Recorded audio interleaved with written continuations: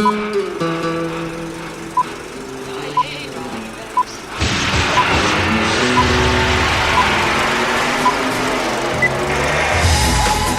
to the Reviews Without Remorse podcast with Joe, Kyle, and Ray.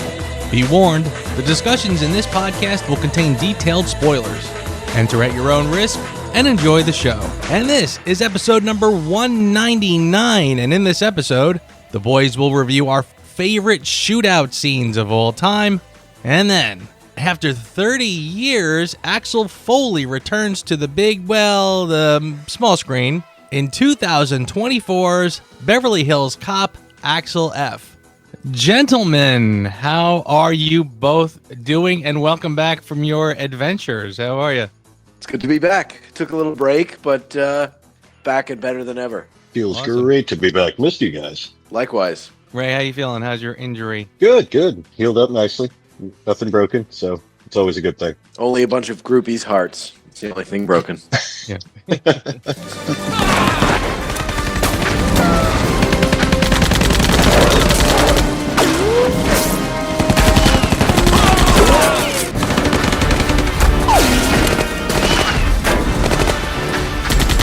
War. It's fantastic. All right, gentlemen. So we were planning on discussing kind of in honor of the Beverly Hills Cop series winding down. We're talking about our favorite movie shootouts of all time. Who wants to go first? Oh, you want me to start it? Okay. All right. So, so we were talking just before we hit record. Dude, 10 is even hard. I initially thought we were going to do top 5, and then Kyle suggested said top 10, and even that was really, really difficult. But most of these aren't in any particular order, but for the most part, some of them are. So I'll just go with that. My number 10 was Hot Fuzz. Ooh. Nice. It just makes fun of all the action movie shootout tropes. Like jumping through the air, shooting 2 guns, like all that's in there. And it's I haven't really fired fun my gun scene. up in the air yelling, ah. I'm going to kick that off as my number 10. I just think it's fun, but it has everything in a shootout that you want. It's John Woo, but funny. Yes. That's a great choice. And what's crazy about that one is nobody gets killed in the shootout. Everyone is just like wounded and they wind up all getting arrested, which is even funnier. Right. True. Number 9, I have Losers, or The Losers, based off the graphic novel. One particular scene is the Don't Stop Believing scene. I don't know if you guys have seen that movie. It came out a while ago, but it's actually a really, really good comic book adaptation. And who is it? It's Cougar or Jensen is trying to con his way into this particular building, and he's posing as a bicycle delivery guy. He's singing Journey, Don't Stop Believing through headphones, but out loud. So everybody's looking at him awkward. He gets what he has to do. Yeah, he hacks into the computer that he has to, and then the shootout. It's not even him really doing the shootout, which makes it even better in my eyes. But he's surrounded by security guards, and he does finger guns to the 3 security guards when they tell him to hold up. And he talks about being like brainwashed by the CIA and how he has these superpowers. He's like, I'm going to kill you with my mind. And one guy breaks out handcuffs, goes to lock him up, and all of a sudden he goes, pow. The guy gets shot in the chest and hits the floor, and the other 2 security guards are like, what the fuck? And another guy starts moving, he goes, pa! That guy hits the floor, aims at the 3rd guy, he's like, now get on the ground before I kill you with my mind. And he's, holy shit, drops his gun, lays down, and he goes, thank you, Cougar. And it zooms through his thank you fingers to the building across the street where his buddy Cougar's there with a sniper rifle. Oh, cool. Picking off these guys from it's a really cool scene. It's just funny. I really enjoy that one. Number 8, and then I'll pause and let you guys catch up. Tombstone. I knew somebody was going to say Tombstone, so I deliberately left it off my list. But go ahead. Oh, so there's we could have went way back to all different westerns and stuff like that. I wanted to keep this list more modern, Tombstone, I just love the atmosphere, everything that's going on, the burning building in the background, all the Earps walking together with Doc. You got that building burning behind him and everything. The little kid jumps out, everybody freaks out a little bit, and then they go to the OK Corral, and all hell, everything starts off calm, and then chaos just ensues. Doc Holliday with the shotgun, scaring the horse, taking the guy out. I think it's Ike, the coward, don't shoot, runs off. I mean, the whole scene is just mayhem, and it's the best kind of chaos. I really like that scene, and supposedly, from what I understand, it's fairly historically accurate for an action film. So I love that you started off with something that was a little funny, right? Because I went with Hot Shots Part 2. Nice. Which is like you needed one like good parody where like they just again the hero could just blast anything and nobody can hit him, and there's like shell piles of shell casings all around them. So kind of going along with literally that, piles. Yeah. Kind of going with that though, I also was thinking in terms of like, okay, well, I need a good Stallone movie in here, and I was, kind of thinking like, I guess I could go with one of the Rambos or whatever, and then I kind of thought, you know what I want to put down here is the Rambo from 2006. Oh, but he's just standing in the truck with the big.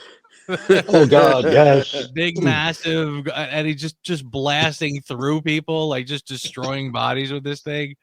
That was pretty awesome.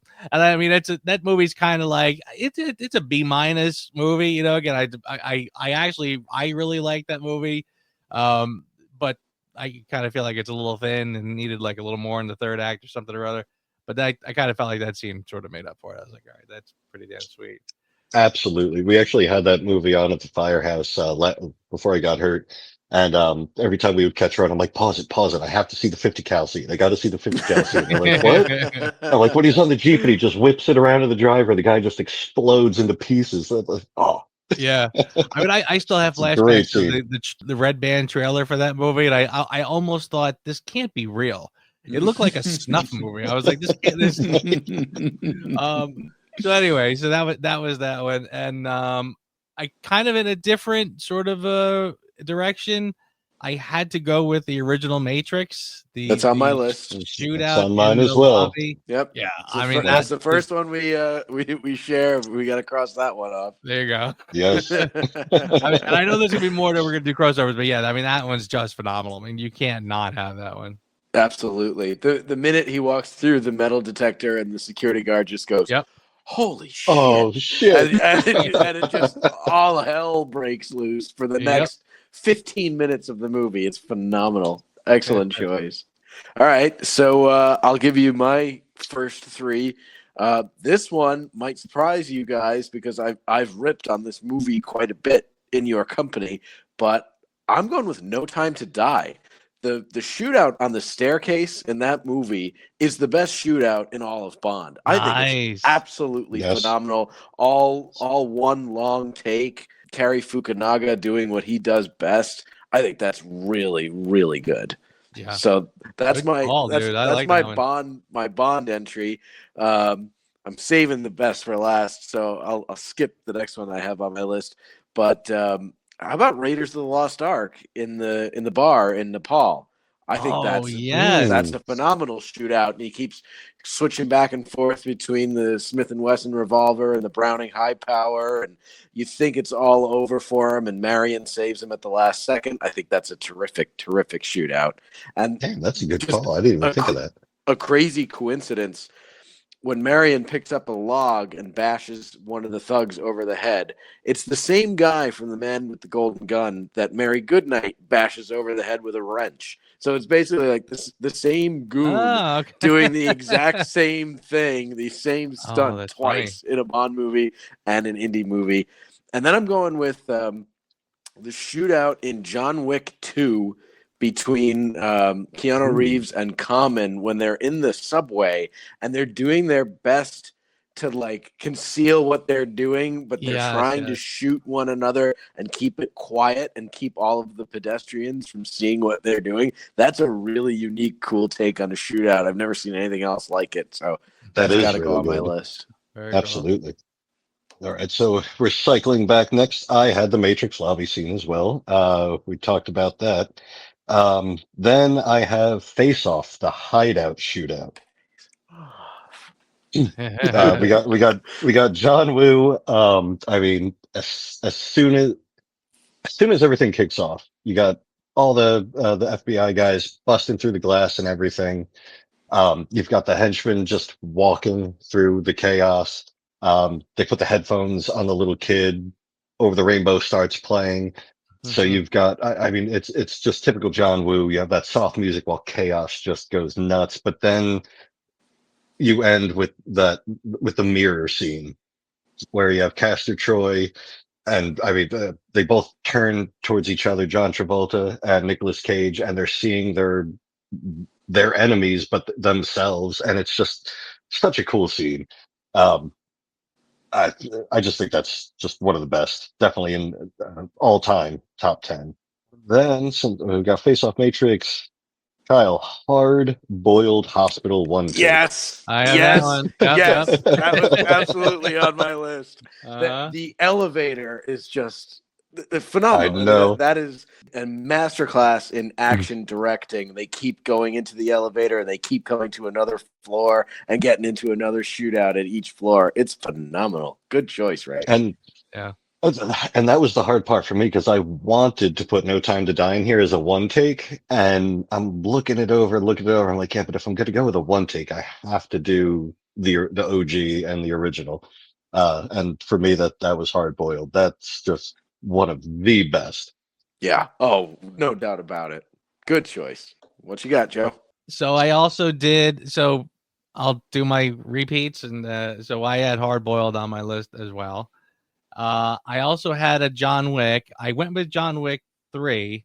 I was really torn on which ones to kind of pick on, or which ones to highlight. But I ended up with John Wick 3. And they're all starting to blend together in my head, but I'm pretty sure it's the big glass room is what I was thinking of.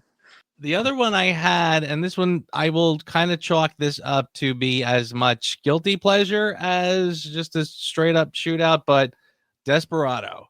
The bar shootout in Desperado. I just love that one. I can watch that any day.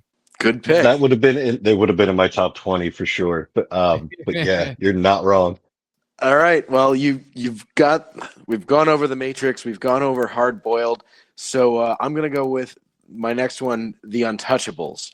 The shootout in slow motion in the train station in Chicago with the baby carriage going down the stairs and a group of sailors walking by, and it's spoofed really, really well in one of the Naked Gun movies. I think it's the second Naked Gun. It might be the third, but they do a great riff on it. But even the Untouchables shootout itself is an homage to older films, but it's done so well, and the tension is so high, and it's music, acting, choreography, stunts, special effects, all coming together perfectly. So I got to go with that one. My next one is an older one. It's a classic. The shootout from High Noon with Gary Cooper facing down the entire Miller gang by himself. The town won't lift a finger to help him. He's got to take on this entire gang alone and succeeds. And then throws away his badge in disgust and rides off with Grace Kelly. I think that's phenomenal. That kind of like started, I think, the Hollywood shootout. That's one of like the earliest examples of a shootout done really, really well. And sticking with Westerns, a more modern one is the shootout from the finale of 3:10 to Yuma. Christian Bale, again, one man taking on an entire gang by himself, but this time he's basically chained to Russell Crowe, and it's his gang trying to free him, and Russell Crowe is helping Christian Bale. So that's a really, because he's earned his respect. He's like, you know what, I'm going to make sure that you get through this, and that's a really well done, entertaining and poignant shootout. So 3:10 to Yuma. That's a good choice. I haven't seen that movie in years. That's a good movie. All right, so we're back to me. I also have John Wick on my list, but I have the club shootout from the first one because that's the one that started it all. Yeah. Just the techno going through the crowd, popping bad guys, and then, just the gun handling, the gun fu, whatever you want to call it, is just superb. And Keanu Reeves invented a move that that shooters now use, the magazine flick. That was all him. That was just done on the spot and it became a thing. And now that's a quick reload move and everybody does it.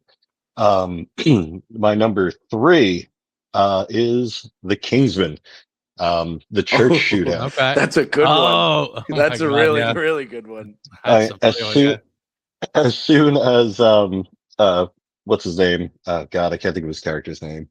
Samuel L. Jackson starts turning up the knob to activate the chip. You just get that sound effect, ding, ding, ding, ding, ding, ding, ding, ding, ding, ding, ding, ding, and then Freebird starts playing, and all hell breaks loose in the church, and everybody goes nuts. I mean, just it's shot as a one take, but you know that they're hiding the cuts, but it's done so well. That's terrific. It's really, really good. Every time I see that scene, and it just gets me amped up. I mean, it's the perfect song, the perfect choreography, cinematography. It's great. My number two, this one is, I'm sure you guys have seen them, or I'm pretty sure you guys have seen the movie, but, it's it's not your typical shootout. It's not the madness and the mayhem, but I went with Sicario, the Oh border yeah, shootout. Okay. that's a great one. Yeah. Just the suspense, the cinematography, and how real the shootout is, just blows me away. I mean, it's real world tactics, real world gear, and just the way it's built up and just layer upon layer upon layer of suspense until this quick, like 5 second, 10-second scene. And you're just like, holy shit, that just happened. Hmm. And that's what a real shootout would be like. It would be over in oh just a yeah. couple of seconds, not this long, protracted uh, Right. choreography set to Freebird. But Right. both definitely have artistic merit when it comes to watching movies. Definitely, definitely. And I'm going to stop there and leave my number one. I think I know what your number one is because I think it's my number one also. I'm pretty sure it is. Yeah. I'll do the I'll do it in kind where I leave my number one because I'm almost positive all three of us are going to say the same thing. Yep. My last three or my last four, but I won't say number one. Boondock Saints. Yep. Man, which scene though? I actually had a couple in mind. I wasn't even sure which one. It's been a while since I saw it, but I remember it had like the greatest shootout of Because all that time. that almost made mine too, was Yeah. the ceiling drop. Right. Yeah. I kind of cheated and I kind of sort of did a tie for my number three. I was sort of torn between these two, and I just said, okay, I want a good 80s action movie in here.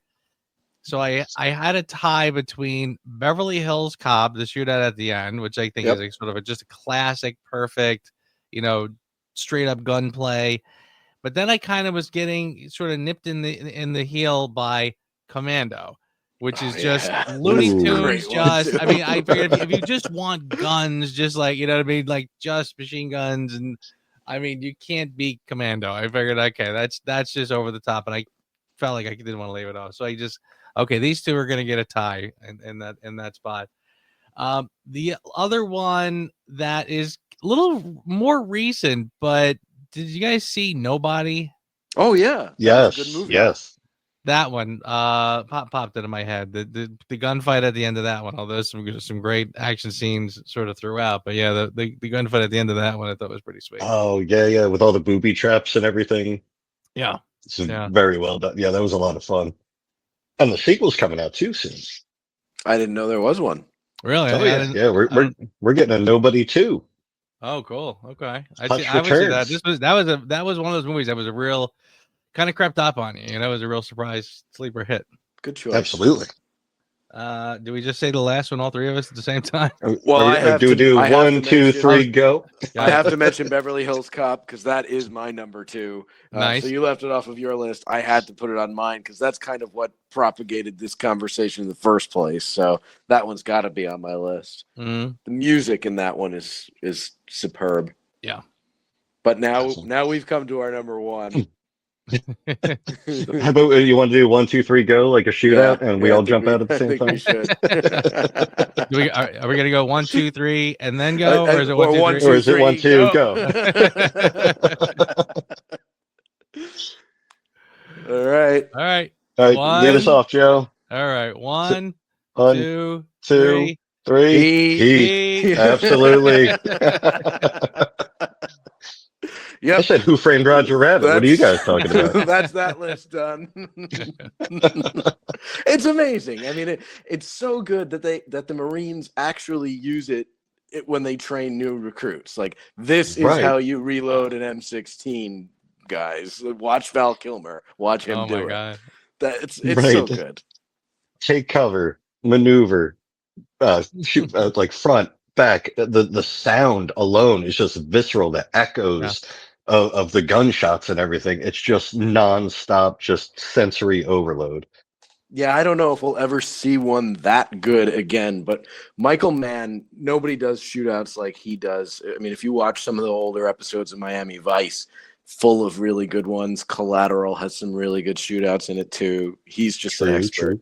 Oh, yeah, but I mean, he is just unbelievable. From the time Val Kilmer, as soon as he walks out of the bank smiling, sees the cop, just guns up, gone. Like that's it. It's just mayhem from that point on. I almost admire you. Still on these streets, running uncut. I'm just amazed. Doesn't get to you.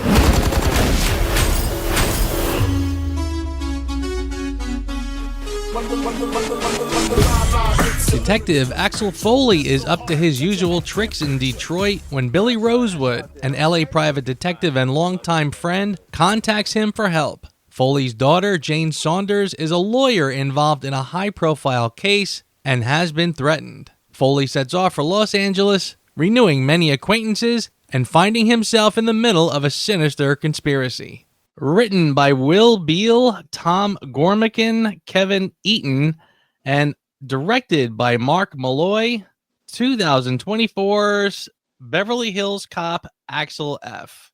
I think it's called Beverly Hills Cop Axel F, or just Axel F. But IMDb has it as Beverly Hills Cop : Axel F. So we'll go with that. I don't like that trend. I don't like that trend with these like nostalgic movies coming back. Like they did the same thing with Rambo. There was Rambo First Blood Part 2, and then it was just John Rambo. Like, come on. I don't like this whole weird name trend. Just keep the numbers, like 1, 2, 3, 4, 5, 6. That's what I want. I'll tell you my all-time worst offender. Rocky Balboa. What's that? Rocky is another good example. No, well, no, not that one. And maybe I'm cheating with this one, but the one that always gets my goat is when you buy the box set of Indiana Jones and they try to sort of change the first title to Indiana Jones and the Raiders of the Lost Ark. That irritates the hell out of me. But yeah, no, I get you. I think and Rambo 3 was like, that was to me like one of the first big offenders because it was First Blood, then Rambo First Blood Part 2, and then they just said, screw it, we'll just call it Rambo 3. Right. That was not a good idea. But they are doing that a lot. They're doing that with movies, either if it's a reboot or like a revisiting an old property after a long time, like 2009 Star Trek. It's not Star Trek 11 or whatever it would have been at the time. It's just Star Trek with no subtitle beneath it.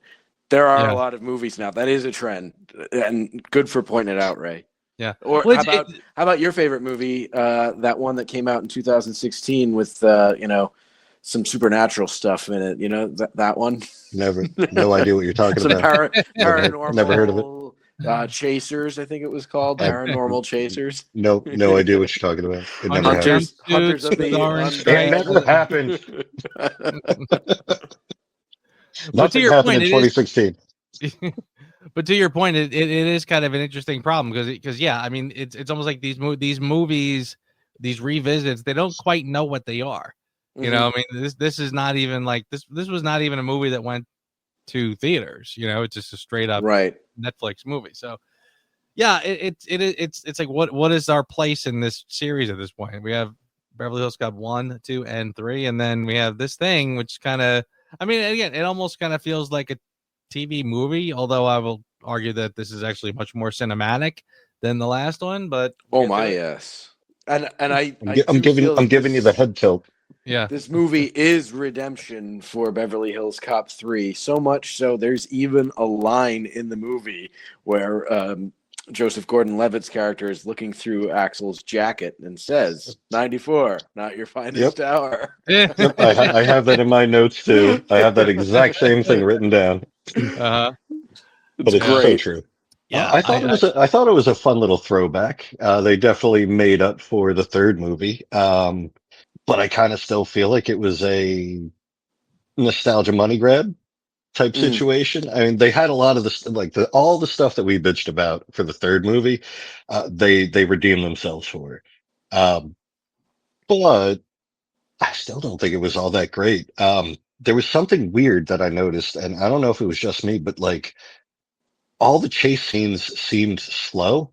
Like I understand that the first big chase you get right at the opening is with like the snowplow dump truck thing, but with everything, I would expect all these chases, even with the meter maid car, and what was the third? There was another big chase too, but everything just seemed slow. Like the cinematography, it didn't match what the situation was. Like if we're doing that kind of chase, I'm expecting something along the lines of The Rock, like tearing ass through San Francisco and just chaotic cinematography, make you feel that you're in some big action scene. And I never got that through any of these. Well, it's interesting. I'll say this. One of the things that I kind of noticed about this was that it didn't totally write off Beverly Hills Cop 3. Meaning I kind of felt that they were in many ways trying to do like remember we were talking about Beverly Hills Cop 3. The tone was so weird. And we couldn't tell who this was made for because it was Beverly Hills Cop being sillier than ever, yet Axel was trying to be like this kind of tough, badass cop in it. And it didn't jive. I kind of almost felt with this that they didn't I kind of felt like his character still had a tiny little bit of that tougher, more mature character that they were trying to do in 3. And I think it works better here. But with that said, the majority of the tone of the film to me reminds me much more of I think it's kind of a unique sort of style. I don't think it doesn't feel completely like the first two. It's got the levity and it's more fun like the first two for sure. But I kind of did feel it also had kind of its own feel to it. I mean, and I'll say this too, by the way, as soon as I saw like Jerry Bruckheimer's name in the opening credits again, I was like, like you had this feeling like, okay, it was almost like you felt like no matter how bad this can, yeah, right, exactly. I honestly felt like right then and there, I said, no matter how bad this could be, because I didn't know what I was in for at this point, I know it's going to be at least that good. You know what I mean? Like it's going to be handled reasonably well and in good hands. But right to your point, I kind of get what you're saying. I didn't find that it wasn't that the action scenes weren't good or were boring, but I do feel that the film drags a little bit. Like there are some scenes like I don't think this movie needs to be a full blown. It's just shy of 2 hours. It's like 1 hour and 58 minutes. I don't think it needed to be that long. I kind of felt like there were some scenes that I'm kind of going, all right, already. I like what you're giving me, but let's move on to the next thing. There were some scenes that just dragged a little bit, and this easily could have been tightened up to like an hour 40 or so, and probably wouldn't been better off for it. Yeah, I would agree. I would agree with that, but that opening chase just made me smile because Axel Foley is back and he's allowed to be Axel Foley again. Like this is the character that I recognize from Beverly Hills Cop 1 and 2. Yeah. not so Yes. much Beverly Hills Cop 3. He's funny again. He's street smart again. He's a wise ass. He's a bullshit artist. The character is back, and the music is back. I mean, we've got Bob Yes. Seger again, and Glenn Yeah. Fry is back, and Mhm. the Neutron Dance is back. So it's like I'm back in this world, and it's opening with a really silly chase, and there's a funny side character next to him, and they do a good job of setting the time that this movie takes place, as opposed to being in the 80s. Like, we are now very much in the 21st century. There are smartphones and there's surveillance cameras everywhere. So I was happy that they got it right again. They got the tone correct, and they made it feel like a Beverly Hills Cop movie once more. So I really appreciate that. I completely agree with you. And that opening scene is what grabbed me right off the bat, because they break into the music and everything. And at the hockey game, Axel Foley returns with the black jokes. He's Yes. like, "What? I can't be here watching a hockey game. What?" Like, I'm like, yes, okay, we're back. Like, that You was didn't hear great. about the Winnipeg trade? Yeah. What was it? What do you call it? The Winnipeg Black Guys or something was the name of the hockey Winnipeg team or something. Yes. Yeah. I mean, yeah, honestly, and I'll say this too. You kind of reminded me, Kyle, too. Even just that opening bit where he was, I think it was just after that, where he's just sort of driving around Detroit and he's kind of waving at people. Everyone knows him, and he's that, to me, almost was kind of like, it's what I was saying earlier. It felt like the perfect mesh of 1 and 2 with 3, where they were like 3 was trying to be like, remember, like that 3 had that terrible cold open with the shootout at the Yes. the chop shop, whatever. I kind of felt like this was almost like that, where you can kind of tell this is a little more grounded. This is a little bit more of a seasoned, mature feeling. It's a mature feeling Axel, and it's a mature feeling movie. Yet it had that fun. It's playing Glenn Fry. So it kind of really was like the perfect wrapping up together of everything we'd sort of seen prior. And he's still got that blue Nova. And the Detroit Lions jacket. That's right. Seriously, you can't. That same blue Nova. I mean, it's at this point, that's got to be like a classic car at this point. You should get classic car plates on it. And the gang is mostly all here again. I mean, Jeffrey's back, and Taggart and Rosewood are back. It's the only one that's missing is Bogomil. But apart from that, they've been able to bring back even Serge, and in a role where we don't see it's not overdone, because eventually that joke loses steam. He's in it just the right amount of time, and he's in it in a way that makes sense for the story, as opposed to 3, where he's selling weird cartoon weapons for some reason. Right. Where they just kind of accidentally bump into each other. Yeah. Yes. Now there's a reason for him to be there, and it's a reason that makes sense in the context of the story. So I appreciate that too. It's not just like, hey, remember that guy? Hey, remember that guy? There's a reason for everybody to be here. Jeffrey is now Axel's boss. Taggart is a police chief. Rosewood has moved on to private investigation. So it's like everybody is here for a reason that the story needs them to be here. It's not just a nostalgia tour. Yeah, I totally agree with that too. And interesting, gonna get sidetracked for a second. I was kind of shocked. I felt like Eddie Murphy still looks really good. I feel like this guy easily, it's moments like this where I see him, and I feel like he hasn't aged much at all. I mean, he's still, but everybody else sure as hell has. Bingo, oh, God. You know what I'm saying? Right. I mean, he got that Tom Cruise gene too, where everyone else is around him is getting old, and looking at him going, what deal with the devil did you make? Right? It's so true. You know what they say, black don't crack, brother. Well, it kind of makes me sort of feel like I wish, it's funny. Beverly Hills Cop 1 and 2 were only 3 years apart. 3 was like, I think, a good solid 10 years after the first one. But then this is 30 years. Like, it was like 30 years after the fact. So it kind of makes you sort of feel like, and I feel like I felt this way with other, like when Rambo came back and Rocky came back. I remember thinking, like, there were probably some other stories you guys could have told. Like, I don't know if you had to wait 30 years to do this, you know? Right. Yeah, this is one of those movies that has been in development hell forever, and they finally were able to pull off a fourth Beverly Hills Cop and make it work. Yeah, I completely agree. But yeah, to your point too, I do think all of the supporting cast, all the returning players are really well handled. There were moments where I was feeling a little bit bad that Taggart and Rosewood were not quite in here as much as I would have liked. But I think it's probably because they're just really old, you know. Yeah. I mean, they were. Yeah. I mean, these guys are really up there at this point, so they can't be running around, fooling around, and having fun with Axel.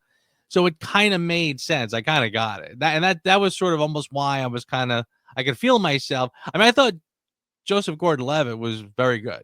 He was very good in that. Too, yeah. Kind of a welcome addition. He made sense. But yeah, it made me kind of pine a little more for the other guys, and that's kind of one of the reasons why I kind of went back to this thought of you could have made more movies. Honestly, I think if you didn't take a dump with that third one, you could have done more of these. I honestly, I kind of feel like this is one of those series where there's no reason why you couldn't do more. You know, again,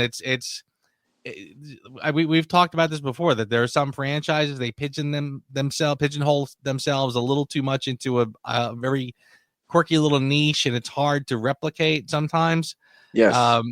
But a Detroit Cop in Beverly Hills could have been an ongoing thing if you basically, I think we said this last time. At this point, just move to Beverly Hills. Move to California. Stop finding excuses to get him over there. I mean, I kind of felt like in Die Hard, every Die Hard movie, he lives someplace different. So you could have done that here. You could have just moved him over there. Just said, okay, I like it here. I'm going to stay. But at least in this movie, it's not forced. There's a legitimate reason for him to go to Beverly Hills because that's where his daughter lives. And it makes sense story-wise that when things got a little too hot for his family in Detroit, he moved his daughter to Beverly Hills because he has friends there and he has a history with that city and he knows his daughter will be safe there. And then when he needs to go out there and help her, that's a really good story reason for him to go to Beverly Hills, unlike Beverly Hills Cop 3, which I promise this will not be an entire episode where I just talk about how much better this movie is than the one that preceded it. I can do a whole other hour about how shit Beverly Hills Cop 3 is. If you right. I will analyze this movie on its own merits, but it's a lot better than 3.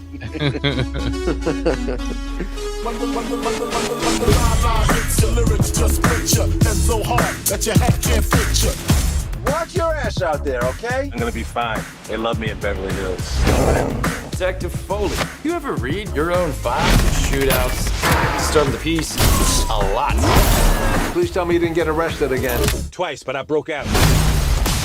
Did you guys catch now I don't know if this was because it's a Netflix show. Netflix is doing the new Happy Gilmore, right? Yep.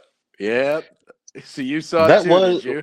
That was like a Shooter McGavin reference at the end of the film, right? Okay. I just wanted to make sure. I know it's the same, It's so funny. I wrote down the same thing. I'm like, I wonder if the Shooter McGavin cameo is there because Netflix is also doing another long-awaited sequel to a movie, 30 years after the fact. And does this mean that there is now a shared Axel Foley Happy Gilmore universe? Oh God! Imagine those two getting together. The crossover potentials are absolutely endless. It's so funny. I thought the same thing too. I'm like, that's Shooter McGavin. I wonder. I know Netflix is making Happy Gilmore too. I'm sure that was deliberate. Yeah, I could definitely see that. Well, but I mean, honestly, both films could be in production. Literally, they could have been in production at the exact same time. So I mean, correct. What I mean? They literally could have just pulled him over from wherever they were shooting, saying, "Hey, jump in here for a second." And there's no reason why they couldn't exist in the same world. I don't think. I'm fine with that. God, now imagine if the new Happy. Now imagine if Happy Gilmore comes out in the middle of the mat, like a tournament or something. The helicopter crashes, and you see. Now we're getting into Axel Foley goes running. Zack Snyder territory. How did you guys feel about Kevin Bacon? I love him as a bad guy. I'll tell you what, like the first two Beverly Hills Cop movies, there's no secret, there's no mystery about who the bad guy is. Right off the bat, we know from his very first scene, he's rotten. He's the bad guy. Oh, yeah. It's not a twist. We know who the bad guy is right away. And that's okay. I mean, it works in Beverly Hills Cop, and it works in Beverly Hills Cop 2. It doesn't have to be a whodunit, Hercule Poirot, put the clues together, Murder on the Orient Express kind of thing. That's not what these movies are. These movies are shoot 'em up, action, have a good time doing it. So that's my long way of saying I liked Kevin Bacon as the bad guy. But I agree wholeheartedly with you. I think he was very much on the nose to the point where, like, I don't think it's not a bad twist. It's just they're letting you know, this is the bad guy. Yeah. It's not about doing twists though. It's about him being able to prove that he is the bad guy to all the naysayers. Right. Like Axel knows it's now up to him to bring it to everybody else and make them believe it. And I kind of like the ring of Kevin Bacon being kind of an 80s hero in this. You know what I'm saying? I kind of felt like it was almost like it went with the theme of, classic 80s actors coming back to do a last hurrah or something or other. So I thought it kind of worked on sort of multiple levels. There was almost like a little meta part of that. And it's almost like he's the kind of cop from an older movie who would have been the hero, but now time and circumstances have kind of like twisted him into this evil villainous character who kind of got caught up in the power trip. Like I could see him having been like a really good cop in the 80s and 90s and then just let corruption go to his head. I thought the same thing, like almost like a Dirty Harry, like he's the one that'll do whatever to get it done. Yes, exactly. But he went to the evil side, that kind of deal. Yep. Yeah. Yeah, he started to get a taste for the Rolex Daytona. Yes, he did. Little thing I liked was I loved when they popped into Billy's apartment and he still got the Rambo poster on the wall. Yep. And and the knife. Using the Rambo knife to hide the MacGuffin is also a good idea. Yep. That was. And then at the end when he pulled, I'm pretty sure it was like an AK or an AK variant. He pulls that up, but he's just like, "Oh yeah, more firepower." Yes. And like, Jesus, Billy. Because it's nice to see all of the characters behaving like themselves again after the personality crisis that they had in Beverly Hills Cop 3. Like Billy's back to being Billy, Axel is back to being Axel. They're the people that we know, and their personalities are what we expect them to be after getting to know them over the course of 2 movies. And then that one little, I don't know, maybe there was a gas leak or something in the police station that day that made them all insane. In the third one. Did you guys notice, or like, I don't know, this is just something that jumped out to me. Axel Foley gets out Foleyed by the valet at the golf course. That's true. We always talk about like how he does the cons. This one, like he started with a couple different cons to get what he wanted, but then he gets to the hotel. He's like, you know what? Fuck it. Like, how much is it? Oh, I love Beverly Hills. Like it's a grand a night. And then that golf course scene at the end, he's like, hey, we got to get this car. Da, da, da, da, da. And he walks up to the guy. He's like, I got this. You know how much that costs? Da, da, da. Like he's doing the Foley routine to Foley. And then he walks away. And that's when Gordon Levitt's like, oh, you wanted the keys. But like, that was the valet did an Axel Foley. He did the con to him. Like I expected him to give him money at that point. Like, oh shit, here you go. I was like, damn, he's good. I don't know if that was like, could that be hinting at something? Like, another character to be developed later on. Is that what maybe? You mean? I don't know. Maybe because something. There is another scene where the con isn't really working that well, and his daughter kind of has to step in and save the day and work with him on the con, which I thought was another good storytelling bit. It kind of shows us without telling us that she's learned things from her father, and she's learned some of those street smart skills. The apple didn't fall far from the tree. I really appreciated that. I thought that was good. We put our lives on the line. Every day. And for what? Comes with the job if you're doing it right. Yeah, babe!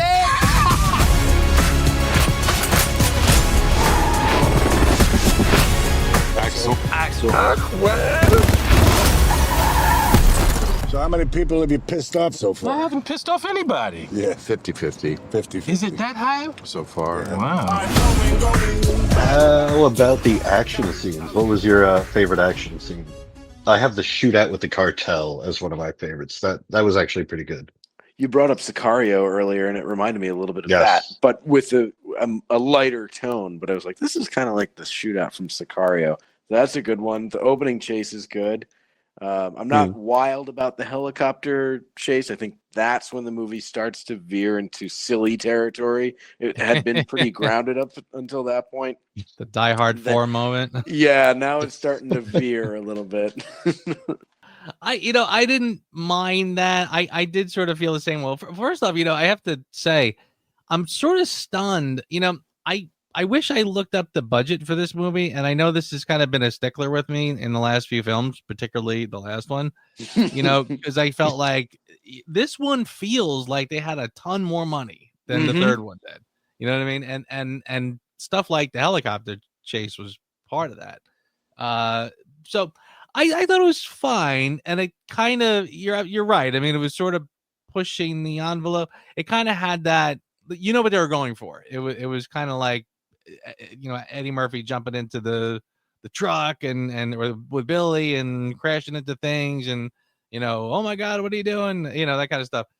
And it was a little right. It's a teeny bit much with the helicopter, but I thought they held it together okay. I didn't mind it too much. It was getting close. It's getting really close. It didn't take me out of the movie, but I'm like, all right, we're starting to get a little bit silly. Yeah. I mean, I almost felt like in a lot of ways, as I was watching this, it could have been, I felt like as I was watching this film, it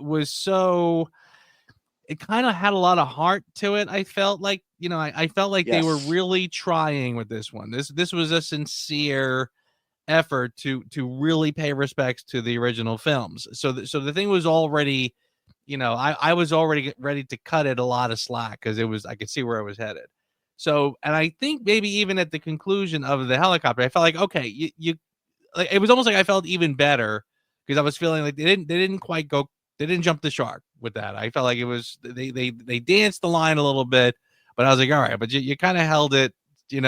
I don't think the film ever really, like a lot of films, sometimes they'll start out pretty strong and then something happens and it kind of like, it's almost like it breaks character. Like something happens and you're kind of not in it anymore. And it just sort of did something that you can't get back into the spirit of it. And this one I felt never did. I felt like it kind of stayed pretty consistent throughout.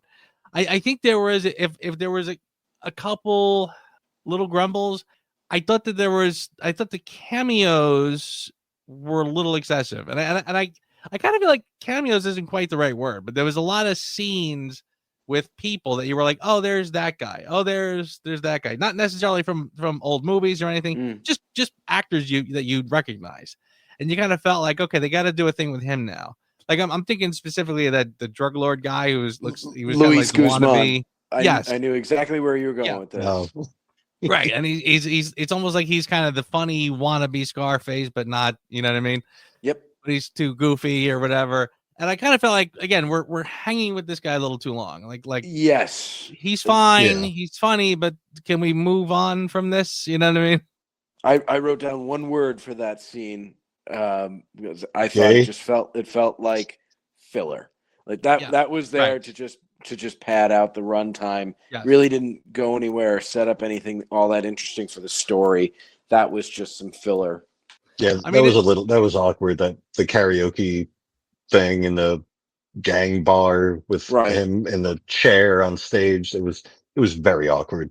Well, it's an excuse that you have to get Axel into a bar because every Beverly Hills Cop movie has Axel in a bar and like interacting with the people and doing something a little goofy, and it was just there because it had to be there. It really did not move the story at all.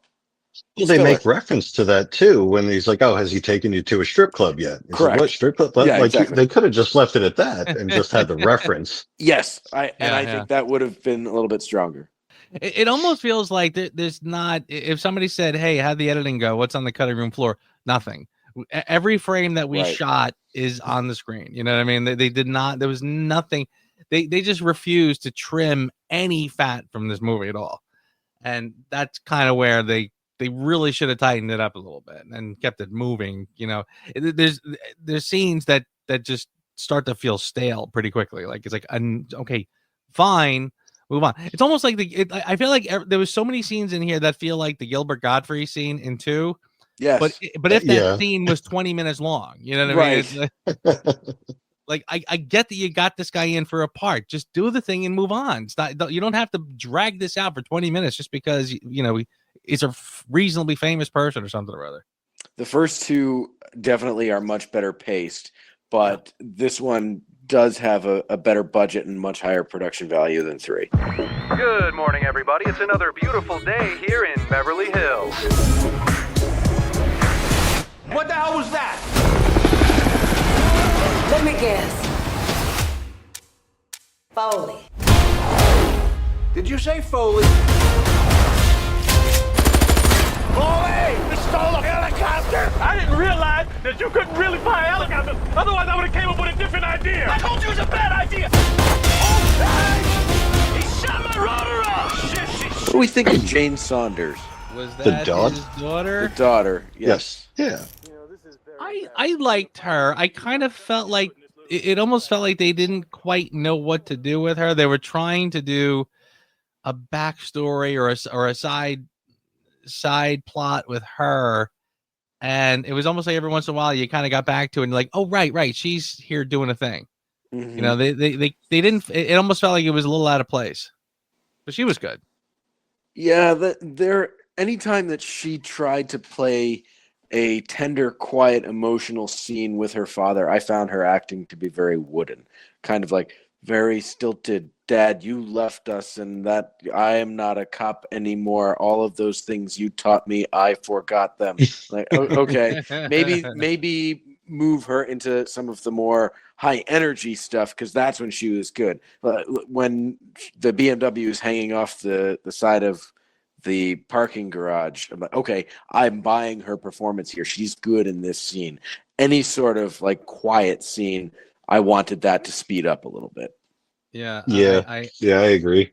yeah, I can't argue with that one. Yeah, I totally agree with you. I like what they were trying to do more than what they actually did. I like the Good way to spirit put of it. what that was, but yeah, it just kind of fell a little flat. And you know, I almost get the sense that like Eddie Murphy's really here to work on this one, which is a good thing, but it's almost like the camera just will not let him be for a minute. You know, like they're really afraid to go off and follow along these other things that are happening, and they just have to bring it back to Eddie, which I get. But again, if you're going to do that backstory, then you have to sort of let it play out a little bit, or at least explain why this is sort of tied in with the things that is happening in the story. You know what I mean? Why? How does this tie in with what Axel is doing? You know, it just kind of felt like it was this background thing that it felt like a distraction, like, you know, as opposed to a supporting plot.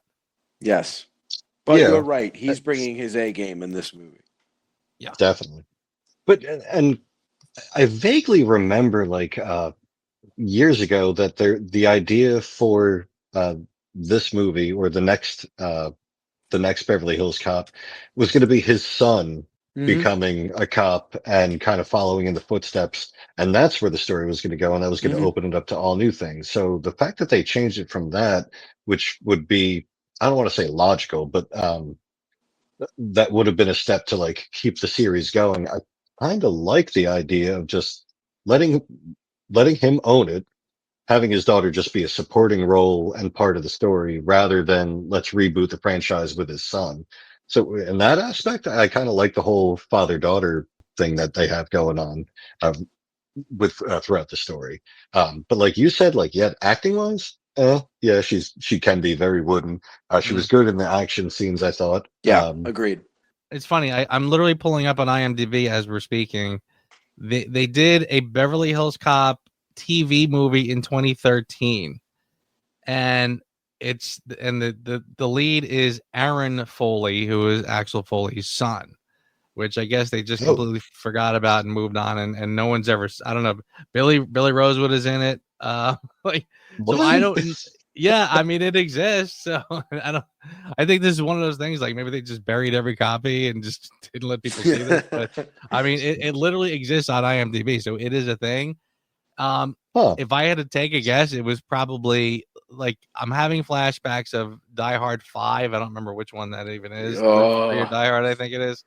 Where the son, they're trying to prop the son up to be maybe the next something or other, and they were like, "Yeah, this doesn't work. Just don't do this." Bad movie, bad idea. Oof, yeah, terrible.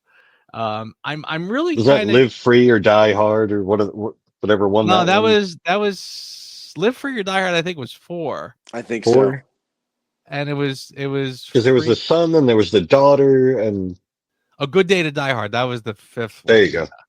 And oh, good Lord! I mean, that you want to talk about that? Honestly, that's the Beverly Hills Cop 3 of that series right there. Yes. And I remember sitting in the theater watching that again, running my wife out to see that opening night and walking out with my head hanging low, going, "Oh, what the hell?" I'm so sorry.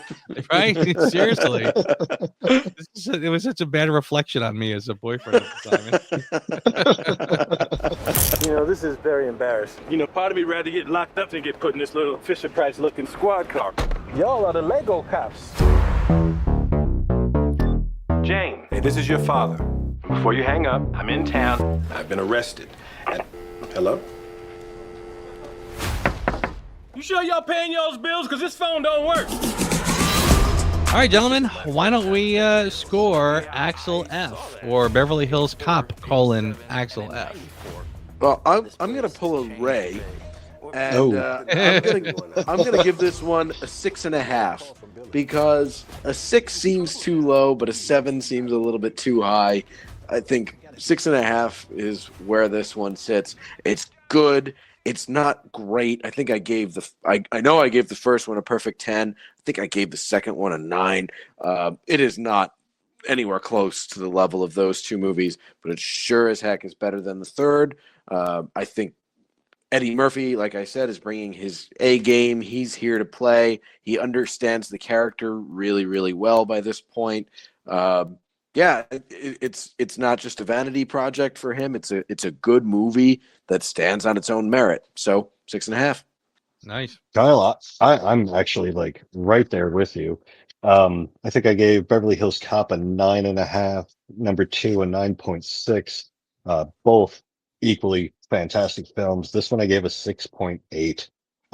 It doesn't deliver the way the original 2 did. I don't think any Beverly Hills Cop sequel will ever capture that magic again.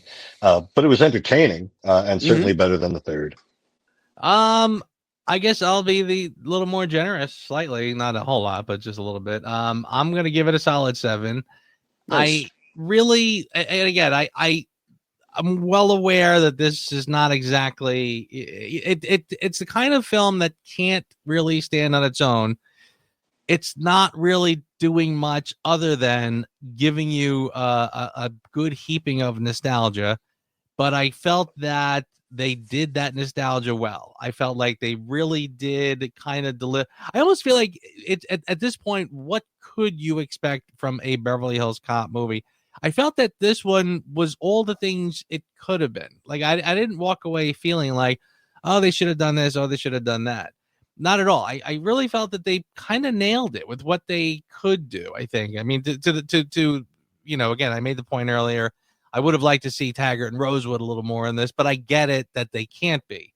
So again, with what they were sort of served up with the ingredients they had, I thought they made a pretty sweet little cocktail with this.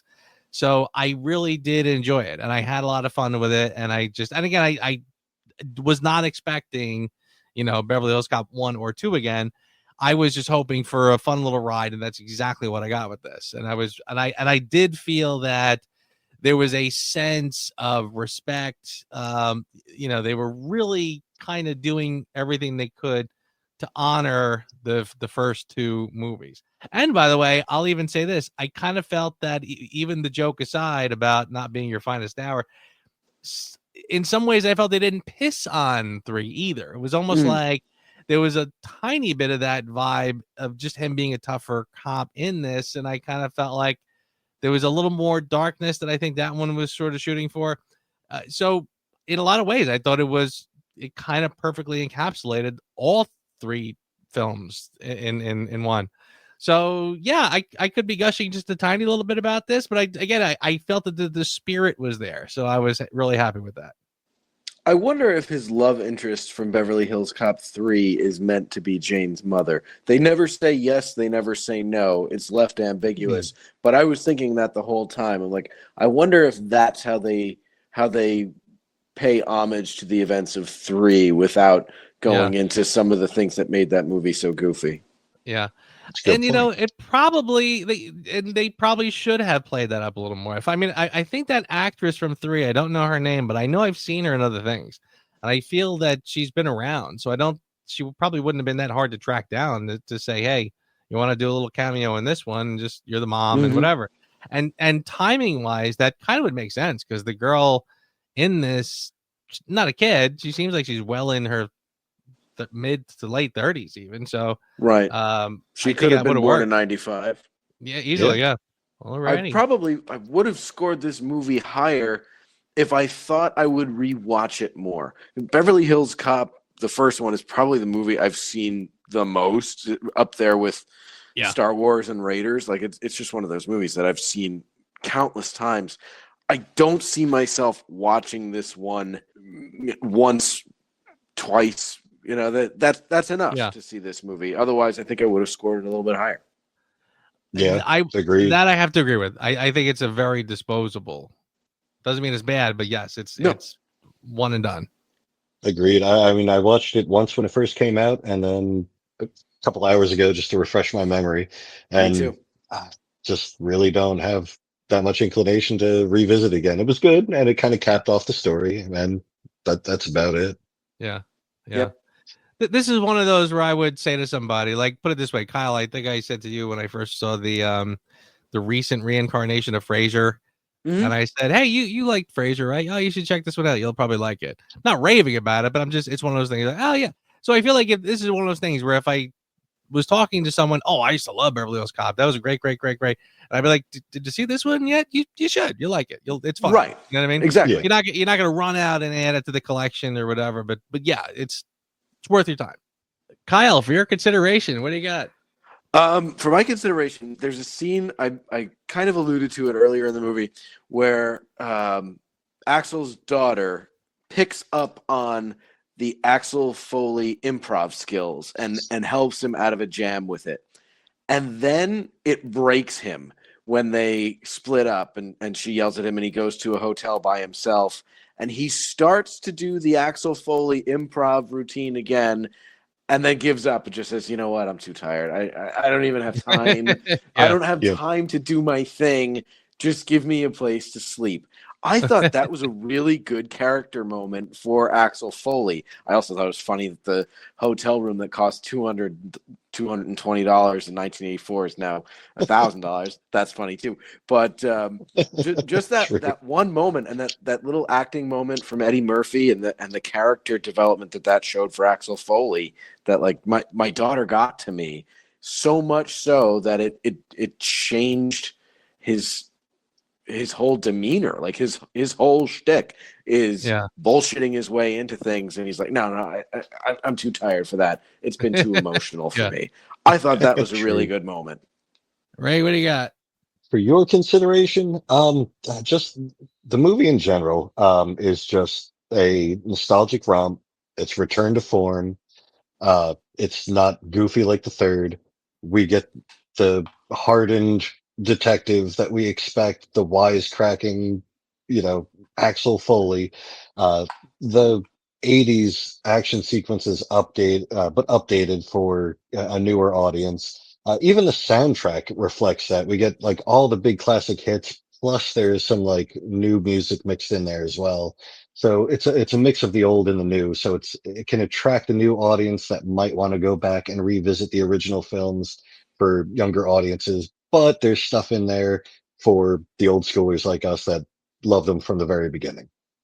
This one's gonna be kind of like a cheat, but the heck with it, I'm gonna go with it. I'm gonna give it to the Surge cameo, and primarily because I feel like it was the polar opposite. It was almost like a response to the Surge cameo in 3, which was dreadful. You know, for all the reasons it didn't work in 3, I felt that it did work here. You know, I still want that boombox bazooka, Joe. You're not going to change my mind about that. I'm not going It's to a talk brilliant about invention. But I just thought it was worked in so well here, and it was funny and it was fun, and it wasn't, again, just wedged in that weird, clumsy way as they did in the third one. So I'm gonna give it to that. Habat? How about? But who asked you, Kyle? What do you got for that one? All right, this one is just, it's a pet peeve. I thought we had moved beyond this in Hollywood, but the slow motion, diving in front of the bullet as Jane is about to be shot, and Axel taking the bullet for her in slow motion. It's just such a cheesy cliche. Like we've seen that happen so many times, and it looks absolutely ridiculous in this movie. In this movie that actually, I mean, the helicopter stuff can get a little silly, but other than that, it's very grounded and down to earth. So to give us like a slow-mo seems like it belongs in a different movie. That should be in like a Naked Gun kind of movie, not this movie. So that drove me insane, and it's probably my biggest complaint with this film. Who asked you? I got to go all the way back to the beginning of our conversation, and I just think that sometimes you need to let movies die, let characters just be finished. I don't think we needed another Foley. I mean, granted, the third one we all agree was kind of shit, but you don't have to keep bringing these characters back. I mean, like you could do something new, try something different. So bringing all these old franchises back to a degree kind of irks me. Again, with the titles too, that it just gets confusing. I mean, picture, everything gets wiped out. Everything that we know, an asteroid hits the Earth, boom. Thousands of years later, the little microbe that jumps out transforms into a new human over millions and millions of years, and they start digging archaeology and all that. They start digging up things, and then they get Beverly Hills Cop, Beverly Hills Cop 2, Beverly Hills Cop 3, Axel Foley. Is Axel Foley the prequel to the first 3? Why, just stick with the numbers. I just I don't like that at all. Same thing with Rambo and everything else that we talked about. Those are the things that annoy me. But, I mean, I'm kind of nitpicking here. It's not a terrible film at all. Well said.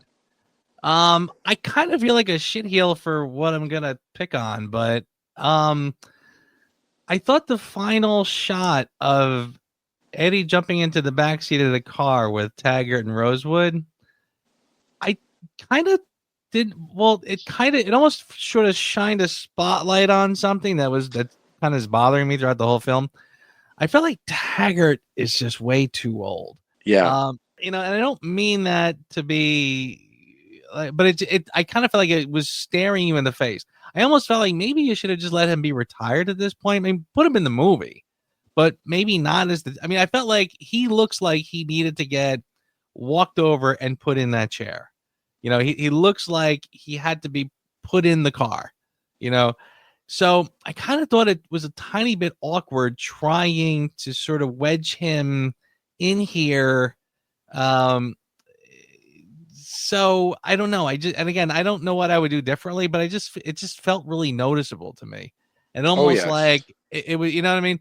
And it was almost like I was feeling bad for him. I said to myself, if they made this just 10 years ago, you probably could have got some performances out of Billy and Taggart. So yeah, I guess that's like I said, I feel like a jerk saying that one, but I guess it just kind of how I feel about it. It felt a little awkward. Not to drag it down, but John Ashton actually passed away like 2 weeks after this movie was released. Yeah. I saw it too. Yeah. Yeah. Well, at least he got one last hurrah out there. Correct. I do think that it's a nice tribute that he was able to go out with this being his last film. Agreed. Totally agree. An underrated character actor. Yeah, he was great in everything he was in. I mean, he's spectacular in Midnight Run. Yes, he is. He's just so good in everything. So yeah, he's a really good character actor. Axel, if you damage any city property, You're in a snowplow? Yeah, we in a damn snowplow. What's the problem? A lot of blind spots in the snowplow. I'm on an undercover mission with wait for it. You're pissing off a lot of people. That means we're getting close. Y'all safe? Everybody safe? There's no seatbelt in the middle. The hell with the seatbelt. We're on the edge.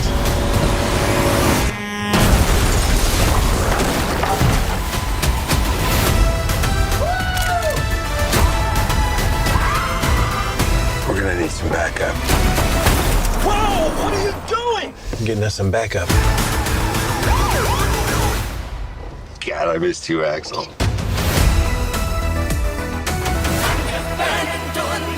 Gentlemen, I think that is Axel F. And I think that is the Beverly Hills Cop franchise. Well done, gentlemen. Been a fun run. Some ups and downs, but overall, more good than bad. Absolutely. Totally agree. Which means next episode is episode number 200. And to kind of celebrate that moment, I asked the boys if we could put together our top 10 movie lists of all time. No themes, not top 10 this, top 10 that. Just however you guys want to kind of shine a spotlight on the top 10 movies and that kind of affected you, and you know that you, again, they could just be the ones you just like watching. They could be the ones that you just think are just one of the greatest films of all time. However, we're gonna put that together, but we're gonna talk about our top 10 films of all time. No pressure to that. That's gonna be fun. I'd love to see if there's any crossover between the three of us, like there has been with car chases and shootouts. That will be that's an excellent question, because I kind of feel like the likelihood is like there's too many movies out there that you'd think it'd be fairly easy enough for us to pick 10 that are kind of unique, but to your point, I mean, yeah, there some shine pretty brightly, so it'll be interesting. We have been known to have some similar tastes. Yes, big time. You're not wrong. All right, gentlemen, thank you so much, and I will see you here next week. Have a good night, guys. Take care. Thanks for listening to the Reviews Without Remorse podcast with Joe, Kyle, and Ray. Join us here every Thursday for a new episode. You can also find our episodes on our YouTube channel. Check the link in the description. All clips in this podcast are for commentary and critique and are considered fair use. No copyright infringement is intended.